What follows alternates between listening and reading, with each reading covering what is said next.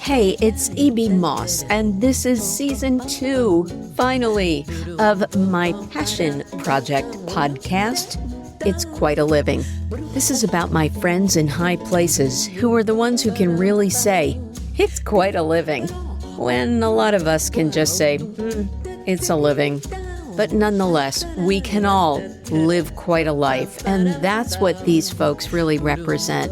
They're people who grab the world with all the gusto they can and have succeeded in various industries, whether they are a media executive in the arts or acting or in politics. And season 2 kicks off with Jarl Mohn. He was my boss at Entertainment Television, which he founded, and then retired in 2019 as the CEO of NPR. These days, you can find him climbing mountains or supporting the arts. But Jarl, in this episode, also talks about his experience with being in foster care.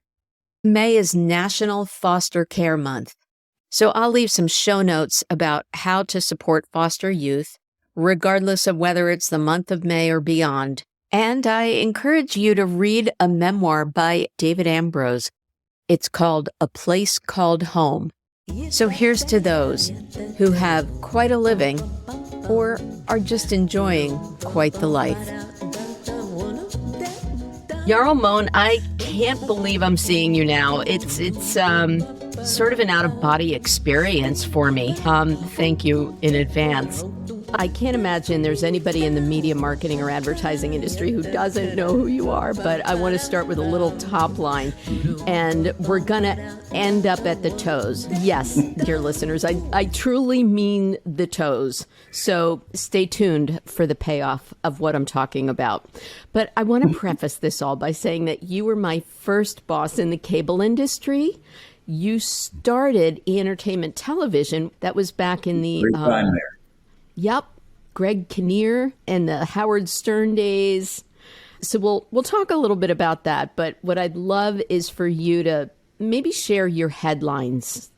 Well, I began my career as a disc jockey when I was 15 years old. And I worked at a lot of radio stations. I ended up ultimately in New York at WNBC doing afternoons. That's when I was 25. Then I shifted, got into the programming side of the business. Did that for a number of years at a number of stations, became a general manager. Then I bought some radio stations with some people I used to work with. Bought an AM/FM in El Paso, Texas, and then some in Louisville, Kentucky.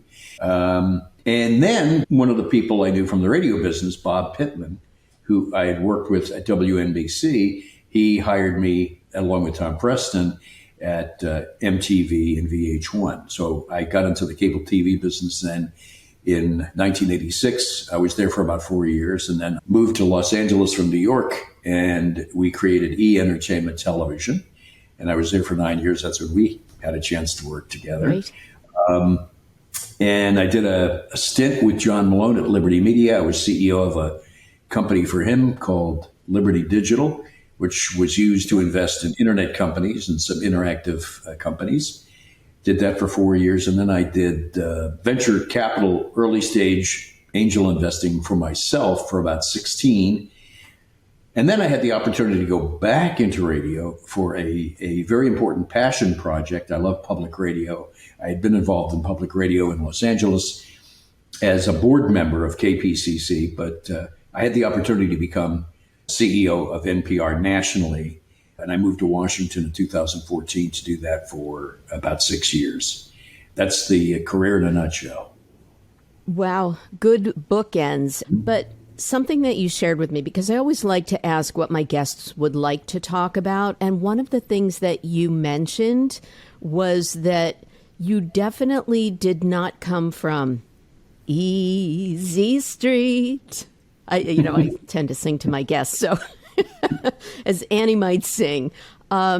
So you mentioned that you had been in a group home and foster care, and I'd love to hear how you evolved from that, because you were in good company with actually people like Steve Jobs and Tiffany Haddish, who've been in foster care.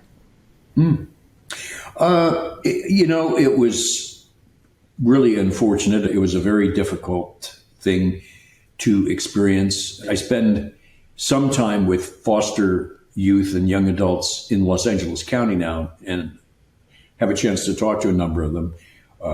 Almost every one of them using different language, want to know how we survived our PTSD or our trauma. And it was very traumatic for me, but I think a lot of what I did was kind of delusional. I don't know that a mental health professional would recommend my approach, but that's how I fell in love with radio. I hated my existence in that children's home so much. I discovered radio and listened to it nonstop and fantasized about being on the radio and being one of those cool disc jockeys. And that's kind of what my motivation was. So when I got out of the children's home, when I was 15, I had a chance to go to engineering school, get my FCC license, and begin working at a radio station. But it was a number of years there. My two sisters were in the same institution that I was. It was not a happy time. We came from a very kind of permissive home where we could kind of do whatever we wanted to do. And the children's home was highly regimented, almost to the point of being militaristic. That's probably a bit strong, but I don't know that I've ever talked to anybody that had a good time, that enjoyed it. No. And yet it clearly, out of necessity, gave you some amazing life skills. And I'm not surprised to hear that about radio because, of course, we talk about it as theater of the mind. And so that escapism and that being able to picture things, that makes a lot of sense. I had an eye-opening experience about that as well, reading a book by a man who actually works at Amazon now, so another media industry person who overcame similar challenges. His name is David Ambrose, and I'm going to add a link to the show notes to his book about living in foster care and how we all need to support youth so much better and try to change things in the world. His book is called A Place Called Home. So, Jarl, I'm glad that you were able to extract some good things out of that experience, and hopefully others will empathize with that and extract more with your words of wisdom. Well, thank you. Little known fact also is when you were my CEO at my very first cable conference, I was a marketing manager and you were the CEO, and you were conducting a meeting with a man whose last name was familiar to me. Now, I had lost my mom at a very young age, so I didn't have a lot of knowledge about my family background on that side. And I interrupted your meeting in my first cable show, and I said, "Pardon me, Joel Rudish." And he was sort of a big cheese in the Southeast cable industry. I don't know if you remember this. I said, "But my mother's maiden name was Rudish." And he said to me, "Laetzela's granddaughter from Washington Heights?" And I said, "Yes." Joel's hobby was genealogy and ancestry. So he faxed me back in the day a 43-page family tree. So the That's family great. Connection and the need for roots is a through line, as is my background in radio with yours.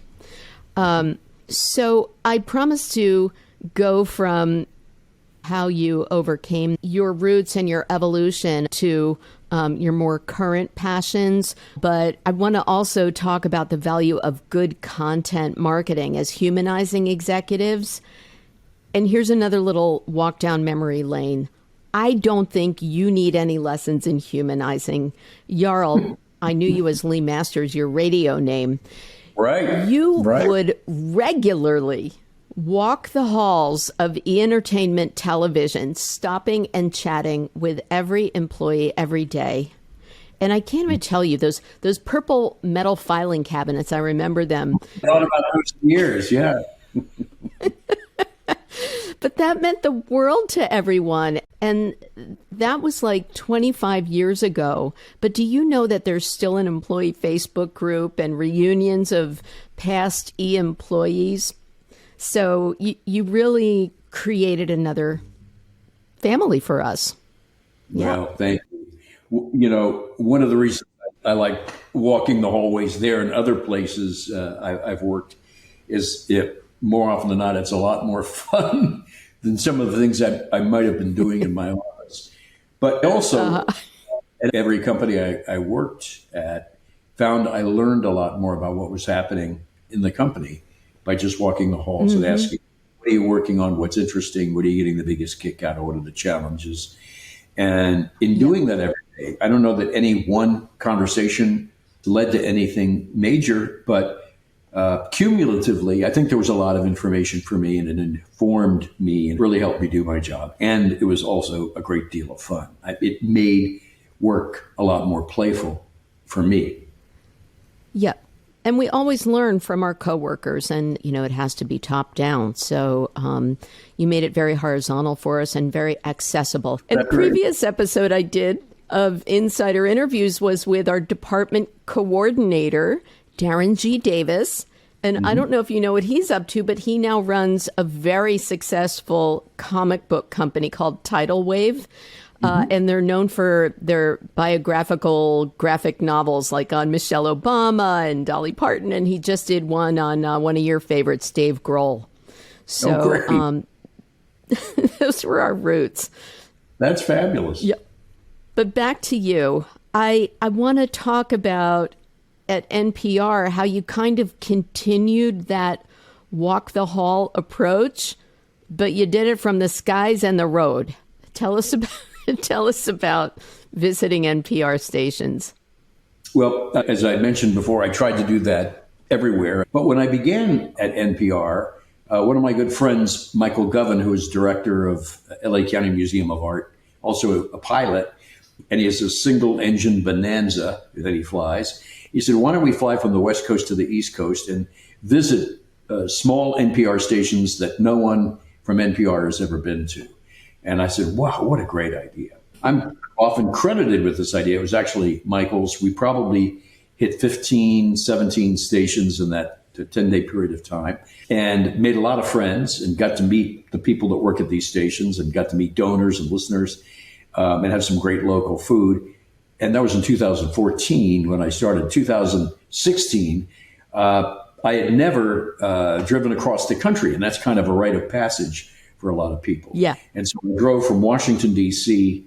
to Los Angeles, and I allowed myself 3 weeks, and I drove through the South, and I did the same thing, visiting probably 20 or more radio stations. So we had a chance to be out in the field and meet with people and meet the stations, meet the staffs, program directors, news directors, got to meet listeners, donors, and it was a great educational experience for me, in addition to being really fun. Yes. And so you listened to a lot of radio, I'm sure, while you were driving across country. Yep. A lot of people have written off all of radio, not just AM. I do believe, and one of the reasons I love NPR and one of the reasons I do love public radio is I really think that it's providing something that you can't get anywhere else. Even if you're in a major market city, you can be listening to, a traditional news station that gives you traffic and weather on the ones, let's say. But in terms of, news analysis, stories that, really audio essays on what's going on and explaining, not just saying, here are the facts, here's what's happened, but providing background, some context and so forth, and storytelling, I think is something that's not available anywhere else. And so I'm very bullish on public radio over a long period of time because I just don't think there's anything like it. I do think a lot of the music formats are under siege from Spotify and from satellite radio. Now, the problem is if a lot of people are deserting the broadcast band because of music, your pool of available listeners for an NPR station starts to decline. But I think they're going to hang in a lot longer than anybody else.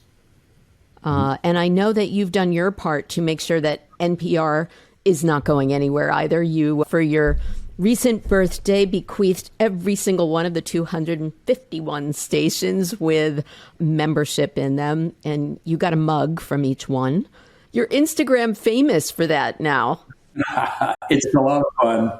And, whenever we have people over, of all the things that we show them in the house, the thing that is the most interesting and fun for them is the shelving of the NPR mugs. People get a big kick out of it. Well, I know that you are a big art collector, so the fact that the NPR mugs are one of the big draws is is quite a statement. Let's stay with media for just a second longer, because we've talked a lot about audio. I'm a big consumer of traditional media, meaning motion pictures, television programming. I don't watch much broadcast television anymore. I don't watch any linear television, maybe one or two shows a week. The rest are things I watch on streaming.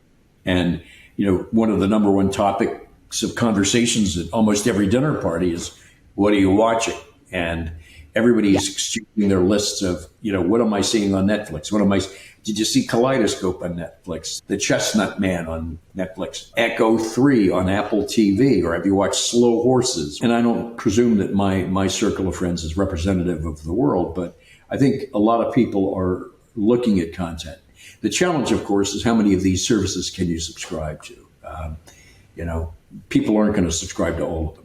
So that's going to be a challenge. But I always believe, regardless of what the medium is, whether it's an audio or a visual, whether it's broadcast radio, whether it's a podcast, whether it's broadcast television, whether it's streaming, whether it's on demand, I think when everything is said and done, really good content wins. Good point. I did a couple of interviews with NPR's CMO, Michael Smith, who's been working hard to up the diversity and representation across NPR's content and its constituents. And that brings us closer to what you're doing now and social responsibility and things like that. Do you think that the media industry has made strides in the past few years in terms of improved DEI? And what do you think are the number one or two action steps that any media company or service can really do to help legitimize its brand purpose or good DEI? Mm-hmm. I'm certainly not an expert on this. I think it's a hugely important topic for everybody, not just media companies. It's an issue for museums. Museums are questioning, all of them are questioning this historical perspective on white European males in their collection. And why have women been ignored? Why have people of color been ignored for so long? It's a huge issue in the art world. Although the art world, I think, the museums aren't making as much progress as the art world is and the galleries are. And some of the new contemporary museums that are doing a much better job of doing exhibitions from women and people of color. But I do think most organizations, certainly in the arts, and I think many media organizations are really trying, and some of them are doing better than others, but I don't think it's an easy task. Hey, well, onward, I guess. You teed me up pretty well to talk about your life's purpose these days. Aside from mountain biking and crossword puzzles, you're still making headlines, but now it's really more in the art world. And I'm so floored by how your philanthropy has evolved. And I'd love for you to talk about the land grant and what you and your wife, Pamela, have bequeathed to LA artists. Well, thank you. It started kind of organically.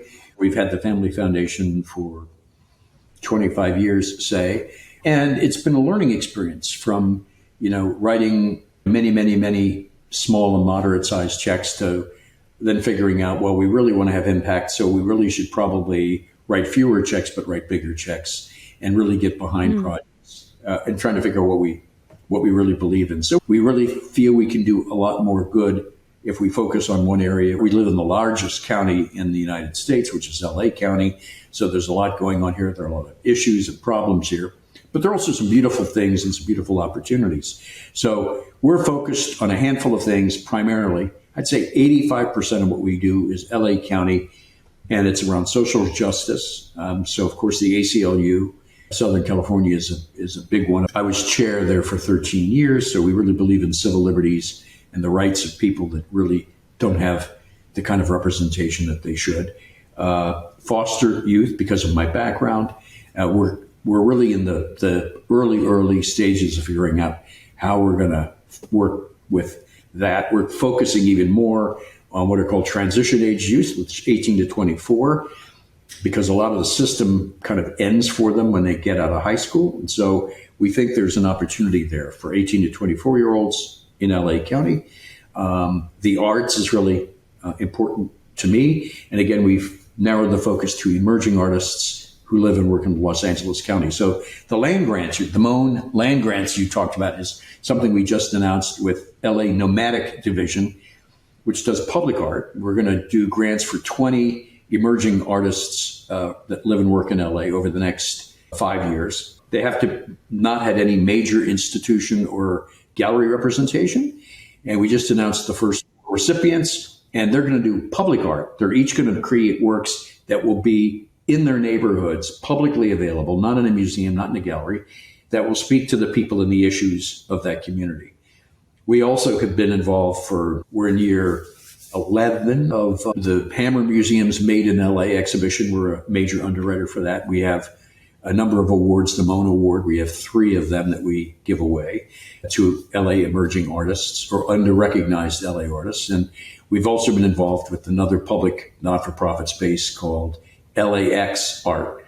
And the other one, of course, is public radio, locally here in Los Angeles with KPCC, where I've been affiliated for many, many, many years. But we also support KCRW, the other NPR station, and deeply engaged with NPR nationally.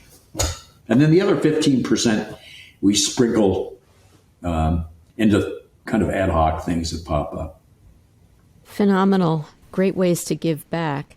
Mm-hmm. But there was a story I read about mounting a 3.5-ton piece of art on your wall. Can you talk a little bit more about some of your personal collection and that piece in particular? Well, that one, it's actually not on the wall. It is the wall. Okay. Michael Heizer, who some people may have seen recently. The New York Times did an amazing spread. I've never seen their coverage of any artist like this. He's been working on a project in the middle of Nevada called City, which is a sculpture in the middle of the desert, 1.5 miles long. And it is basically a city made of concrete. It looks like some kind of mashup between Mayan culture and aliens who have landed. But he also... And Christo, maybe. Not as flashy. This is very austere and minimal. I got a work of Heizer's. It's a boulder. It's called Scoria. It's a boulder from Northern California. It weighs 3.25 tons. It's in a corten steel case. We had to remove an entire exterior wall of the house, reinforce with steel, dig down 4 feet, put in rebar and industrial concrete, let it cure for 2 weeks. Then we closed off our street for 3 hours, had the thing craned over the wall, and then slid into position, and they drywalled around it. So I have this 3.25. I'm actually looking at it right now. It's in my office. And it is the only Michael Heizer rock inside a residence in the world. He has them in museums. He has them one in the Hyatt in Seattle, and many people have his works outside. But I saw one of his works. They're jokingly called a rock in a box at Dia Beacon in New York, and I fell in love with it. And it makes no sense at all. It cost a fortune to install. It'll cost a fortune to get rid of. Nobody will want to buy it from me, but it makes me really happy. I love art, and I find art really inspiring. And I encourage anybody, regardless of how they feel about art, try to spend some time with it, because it really does open up different neural pathways. I always have found if I'm stuck creatively on something, that if I go to a museum and I look at art, I don't look at a piece of art and go, oh, that makes me think of this. It frees up my mind. I think art is beautiful that way. And I'm not just talking about the visual arts. I'm talking about film. I'm talking about music. I'm talking about dance. There are beautiful things happening in culture everywhere. And this is going to sound odd, but I've said it quite often. If I'm really stuck, I like to go look at art that I don't like. I like to look at art that I don't understand. I like to look at art that the critics have said great things about, but for whatever reason doesn't appeal to me. Because what is it that the people that are far better educated than I am on this subject see in it that I don't see in it? And there really must be something there. I find it opens up my mind. If not at that moment, it does later. So my pro tip for anybody that is in anything creative or has to do problem solving, go to museums regularly and look at stuff and go out of your way to look at things that you might not like. It takes a little patience, but Great. For me, it's been deeply rewarding.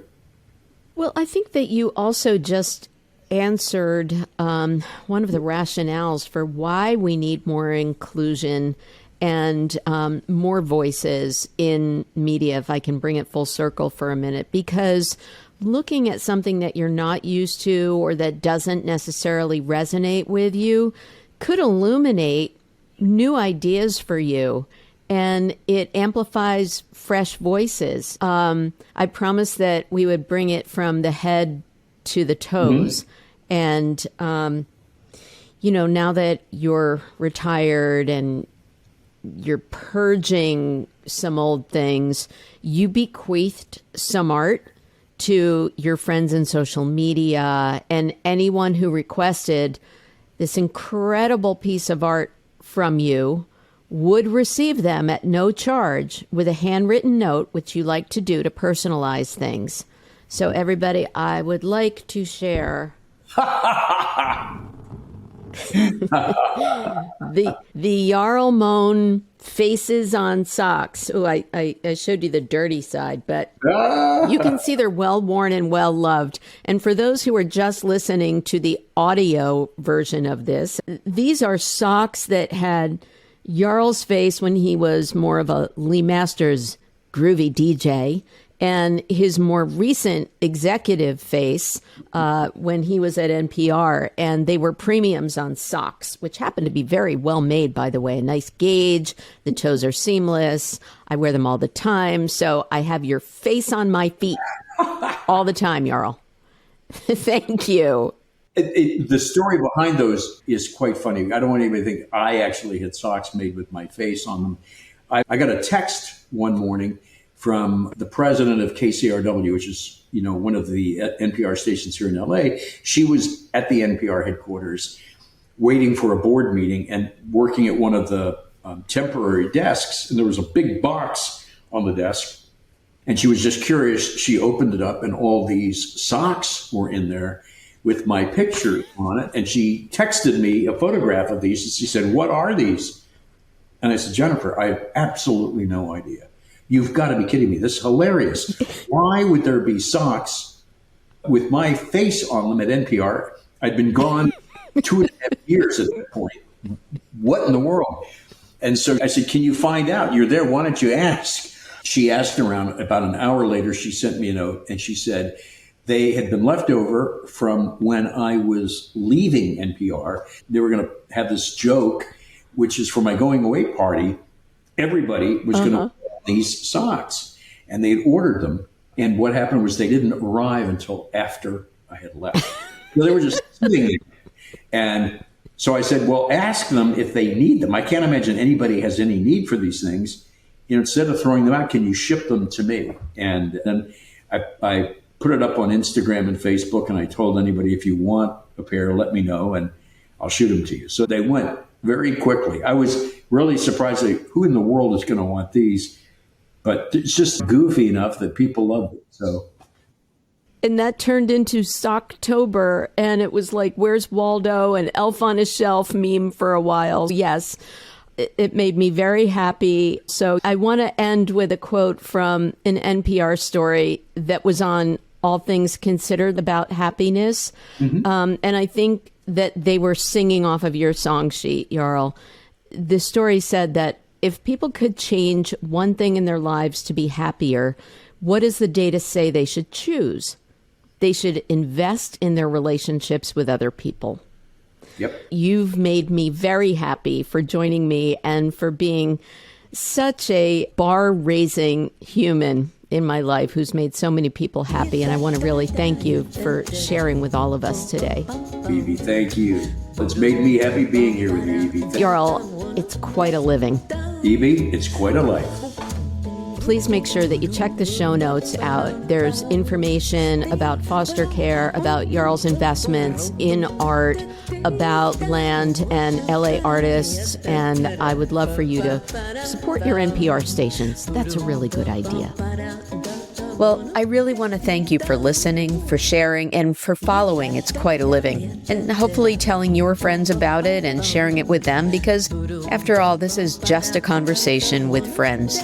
If you'd like to support the arts and keep It's Quite a Living going, feel free to visit buymeacoffee.com/mossappeal. My theme music was composed by Mark Blatt, who's also featured in It's Quite a Living. Thanks so much for listening. I'm E.B. Moss.